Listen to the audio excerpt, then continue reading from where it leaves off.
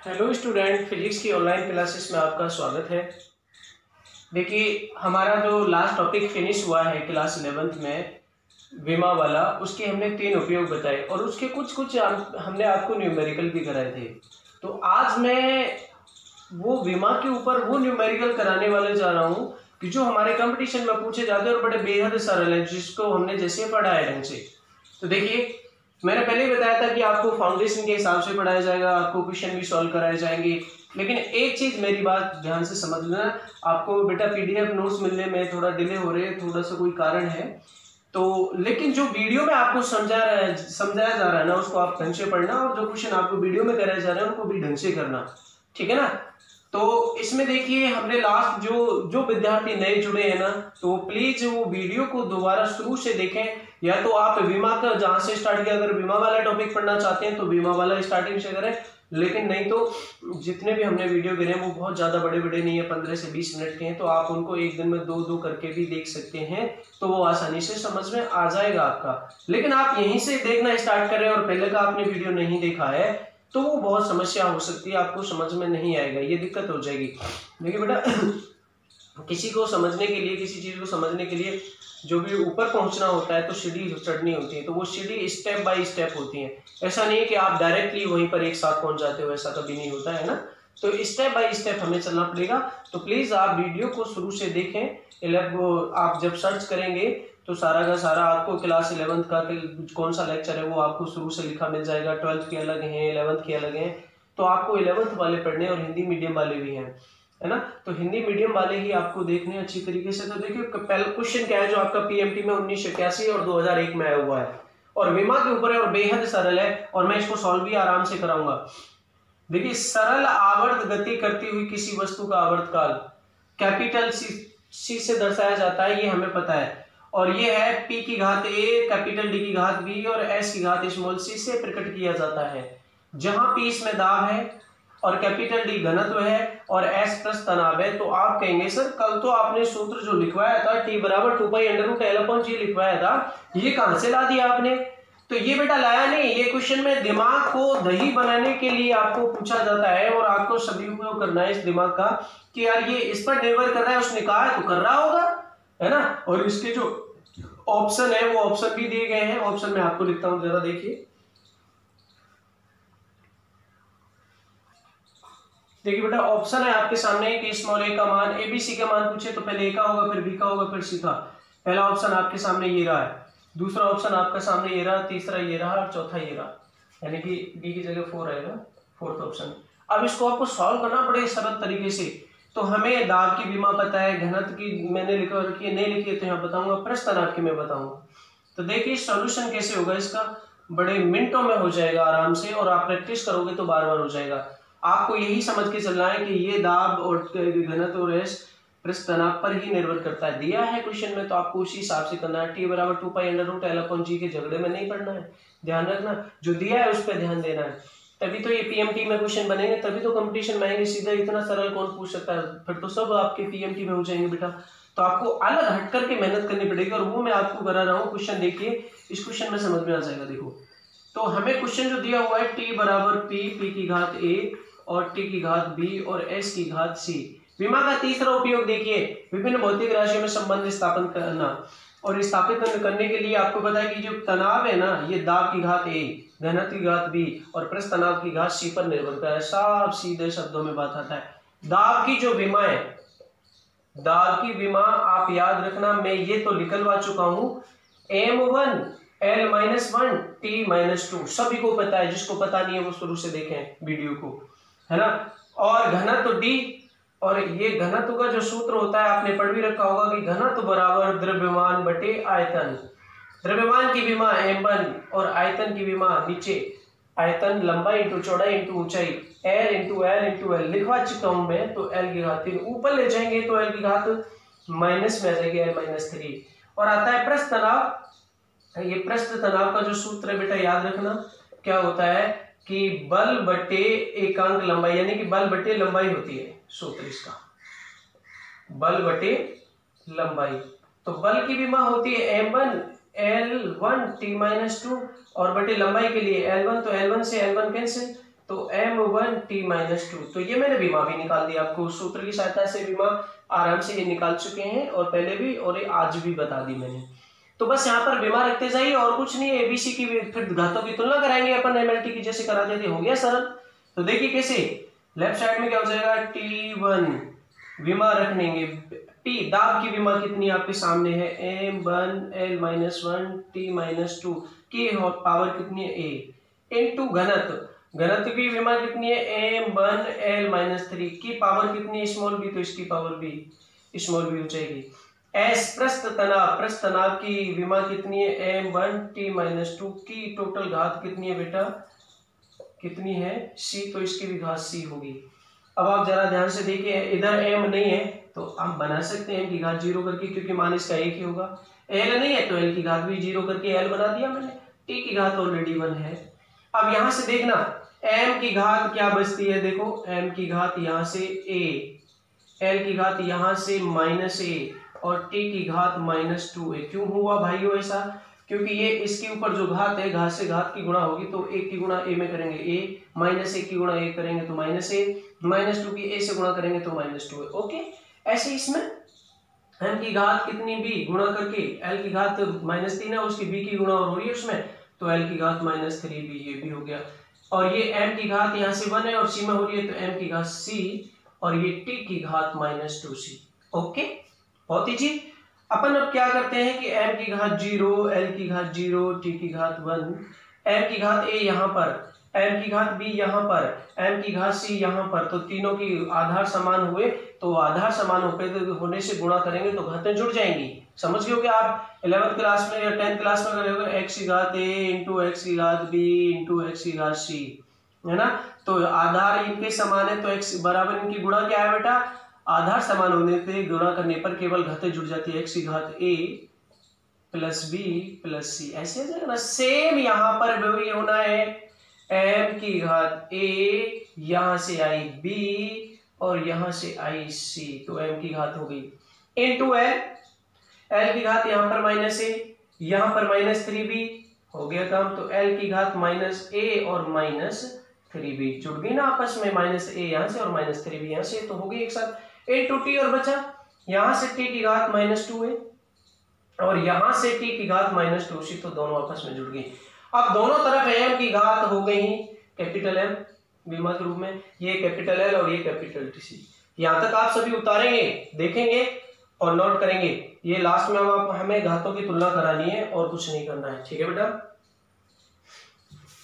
देखिए तो मैं रब करता हूं यहां से ऊपर से, यहां तक आपने समझ लिया होगा।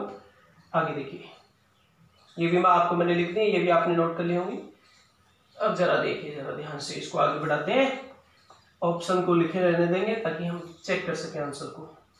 तो क्या करेंगे, दोनों पक्षों में, और जब आपको प्रैक्टिस हो जाती है ना तो फटाफट से विमा रखिए और फटाफट से तुलना कराइए और एबीसी के मान सरल कर दीजिए। दोनों पक्षों में m, l व t की घातों की तुलना कराइए। तुलना करने पर कराएं, चलो स्टार्ट करते हैं। इधर m की घात 0 तो इधर 0 बराबर, इधर m की घात a plus b plus c, या मैं क्या लिख सकता हूं इसको, a plus b plus c बराबर 0। इक्वेशन नंबर 1, इसको मैं कैसे भी कन्वर्ट कर सकता हूं, मैं इसको ऐसे भी लिख सकता हूं, a बराबर ये प्लस में दोनों तो माइनस इधर चले जाएंगे तो ब्रैकेट में हो जाएगा b प्लस c, ऐसे भी लिख सकता हूं। अब कराते हैं l की घात की तुलना, ये तो मैंने m की करा दी, अब लिख नहीं रहा हूं मैं, बस आपको पता चल जाएगा, जस्ट बोल रहा हूं मैं। l की घात इधर कितनी है 0, चलो मैं लिख देता हूं m की घात की तुलना, और ये l की घात की तुलना, चलो ये भी हुआ काम। इधर l की घात 0 बराबर की इधर l की घात कितनी है -a -3b, मुझे सिर्फ घातों से लेना देना है ना। या मैं इसको क्या कर सकता हूं, -a -3b, यानी कि राइट को लेफ्ट में, लेफ्ट को राइट में, बराबर का चिन्ह लगा हुआ तो बराबर 0 इधर लग गया। इसमें से माइनस कॉमन लेकर के 0 इधर चला जाएगा तो a प्लस 3b बराबर 0। समीकरण नंबर 2 आप लिख सकते हैं आसानी से। क्योंकि आपको एबीसी के मान निकालने हैं तो आपको 3 समीकरण मिलेंगे और तीनों की हेल्प से आपको एबीसी का मान निकालेंगे। अब बात आई किसकी, टी की घात की, टी की घात की तुलना। देखिए ये तो मैं समझाने के लिए इतना लेंथी ले जा रहा हूं, लेकिन आप जब एक्सपर्ट हो जाएंगे मेरे से भी अच्छे, तो आप फटाफट से यूं करते चले जाएंगे, दिमाग में सॉल्व कर देंगे, इसकी घात इतनी, इसकी घात इतनी, और फटाफट फटाफट लिख करके ये हो गया, सॉल्व कर देंगे। अब आती है टी की घात की। इधर घात कितनी है 1, इधर टी की घात कितनी जरा देखें, -2a और -2c। ओके, या मैं इसको क्या लिख सकता हूं, देखिए इसको इधर और इसको इधर, तो -2a - 2c बराबर 1। इन दोनों में से माइनस कॉमन लेके मैंने क्या कर दिया है 2a + 2c और माइनस इधर चला जाएगा -1, समीकरण नंबर 3। अब इन तीनों समीकरण से मुझे a b c तीनों के मान निकालने हैं। पहली समीकरण ये रही, दूसरी समीकरण ये रही, है ना। अब आपको यहीं से इस तरीके से ये मान आपको ज्ञात करने हैं, ठीक है ना। करिए, बड़ा सरल पड़ेगा, तो आप जरा ध्यान से देख लीजिए किस तरीके से आप सॉल्व कर सकते हैं।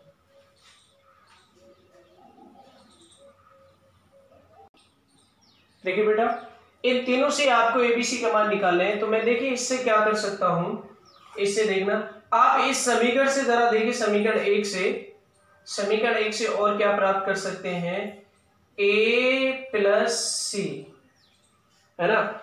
a + c यानी कि b को आप इधर ले जाइए तो b किस में पहुंच जाएगा, -b, है ना। तो ये एक चीज आपको मिल गई। यहां से आप क्या करेंगे कि इसमें से 2 कॉमन ले लीजिए, और 2 कॉमन लेने के बाद में क्या बचेगा, a + c, है ना। और a + c बराबर आपका क्या चल रहा है, -1, -1 चल रहा है, ठीक है ना। अब आप इनसे a + c का मान कहां रख देंगे, -b यहां रख दीजिए। a + c बराबर -b रखने पर, तो रखने के बाद में क्या हो जाएगा बेटा, यहां पर लिख रहा हूं, इतने बीच में आ जाएगा ये, जरा मैं मिटा नहीं रहा हूं ताकि सारी चीज आपके सामने रहे। देखिए दोबारा से देखिए, ये समीकरण मुझे तो मिल ही गई, तो मैंने इन दोनों में 2 है तो 2 कॉमन ले लिया, तो a + c बराबर -1 चल रहा है। अब यहां से इस समीकरण से देखिए a + b + c बराबर 0 है, तो आप यहाँ a + c को रखिए और b को इधर ले जाइए, b इधर प्लस में तो इधर माइनस में जाएगा, तो ये तो आप बहुत सरल सी बात हो गई। यहां से a + c बराबर -b मैंने यहां रखना है मुझे, तब क्या हो जाएगा, तो 2 a + c की जगह क्या रखना है, माइनस, तो इनटू -b और बराबर माइनस का 1 आपके राइट साइड में चल रहा है, तो ये माइनस से माइनस कैंसिल हो जाएगा, प्लस हो जाएगा, तो ये बचा 2b बराबर 1। ये माइनस से माइनस कैंसिल हुआ, बराबर के दोनों तरफ है, तो आपका b बराबर कितना हो जाएगा, b इधर यानी कि 2 इधर गुणा में, तो ये भाग में पूछेगा, तो b का मान मिल गया आपको 1/2, सही है। अब जब b का मान 1/2 मिल गया है, तो समीकरण 2 से आप a का मान निकाल सकते हैं। b बराबर 1/2 रख दीजिए यहां पर, तो कितना हो जाएगा, समीकरण 2 में रख दीजिए, तो रख दीजिए, क्या हो जाएगा बेटा, a + 3 × b, और b की जगह रखोगे 1/2, 3/2 बराबर क्या है आपका 0। अब आपको यहां से a का मान निकालना है, तो a का मान यहां इधर +3/2 और इधर जाएगा तो माइनस में, तो a का मान कितना मिल गया, -3/2।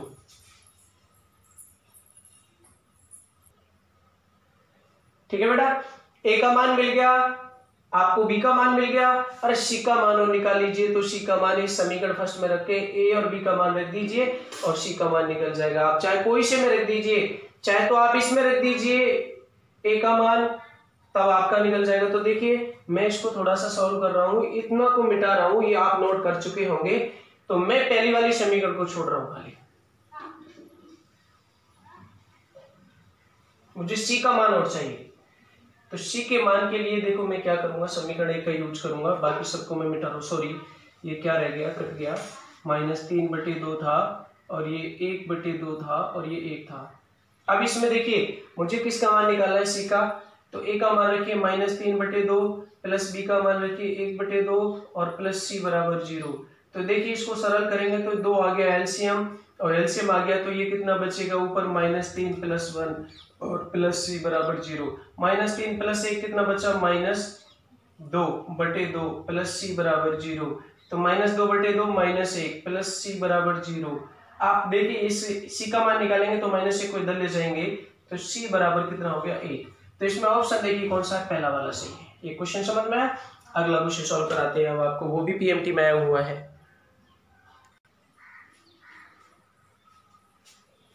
देखिए बेटा अगला क्वेश्चन क्या है कि वान डेर वाल्स समीकरण है P प्लस ए बटे वी स्क्वायर और V माइनस बी बराबर आर टी में नियतांक स्मॉल ए और स्मॉल बी का विमा ज्ञात करनी है। जहां P क्या है आपका, P है दाब और V है आयतन और R है गैस नियतांक, ठीक है, और T है तापमान। और बहुत ही सरल है, ईपीएमटी 2003 में आया हुआ है और भी कंपटीशन में आया हुआ है किसी में। तो देखिए यहां पर आपको आर और टी तो कोई काम में आने वाला नहीं है जब पी और ए और बी की विमा निकालोगे। तो बड़ी सरल सी बात है कि कौन सा यूज करोगे, पहला वाला यूज करोगे इसमें विमा का उपयोग, कि समान विमाओं की भौतिक राशियों को जोड़ा और घटाया जा सकता है।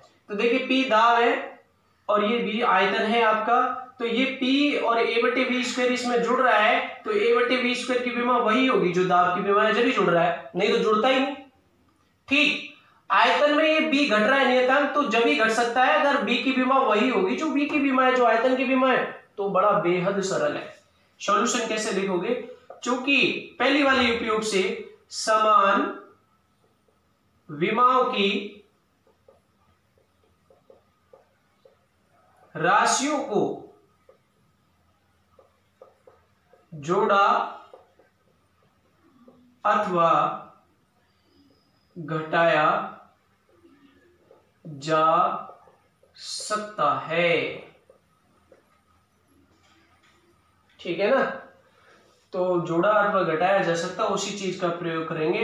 तो अब यहां पे इसलिए P प्लस ए वी बटे यू स्क्वायर में हमें जो निकालना है, मैं P की विमा बराबर किसकी विमा होगी, ए बटे कैपिटल V आयतन है वी स्क्वायर की विमा, ओके, तथा V माइनस बी में V की विमा बराबर यानी कि आयतन की विमा बराबर हो जाएगी V की विमा।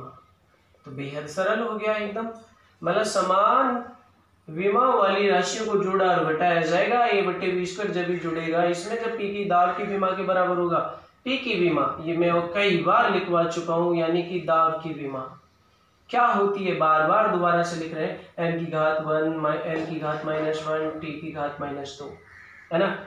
इसलिए इससे देखिए यहां पर, और एक इसलिए समीकरण 1 से देखिए, ये समीकरण 2 लिख लीजिए। इसलिए समीकरण 1 से बाबू क्या होगा, ए की विमा बराबर ये वी स्क्वायर नीचे बटे में इधर जाएगा तो गुणा में P की विमा इंटू वी स्क्वायर की विमा, वी स्क्वायर मतलब आयतन की विमा। तो P दाब की विमा है M1 L1 माइनस की T-2 इंटू वी स्क्वायर, आयतन की विमा होती है L3 और उसका हो रहा है स्क्वायर, तो स्क्वायर यानी कि 3 इंटू 2 कितना हो गया 6, तो सरल कर दीजिए L की पावर 6, तो ये हो गया M1 L की घात -1 और L की घात 6, तो प्लस 5 होती है L5 और T-2, तो ये किसकी विमा मिल गई, A की। अब दूसरी बात देखिए, दूसरी बात इसमें जरा से ध्यान से देखिए, तो B की विमा क्या, B की विमा क्या होगी समीकरण 2 से, वही होगी जो B की विमा, और B क्या है इसमें आयतन, तो यहां से B की विमा क्या मिल गई आपको, जो आयतन की विमा है B की विमा, और B की विमा होती है आयतन की L की घात 3, तो ये B क्या होगी L की घात 3। इतना सा क्वेश्चन था। अगला क्वेश्चन जो मैं दे रहा हूं आपको, वो आपको खुद सॉल्व करके मुझे बताना है। देखिए बेटा क्वेश्चन नंबर 3 क्या है जो आपको सॉल्व करना है, कि जल तरंगों का संचरण वेग भी है और वो उसके तरंग दैर्ध्य लैम्डा और जल के घनत्व कैपिटल V तथा गुरुत्वाकर्षण G पर निर्भर करता है। तो विमेय विधि से इनमें संबंध स्थापित करना है, बहुत सरल है, एकदम सरल है।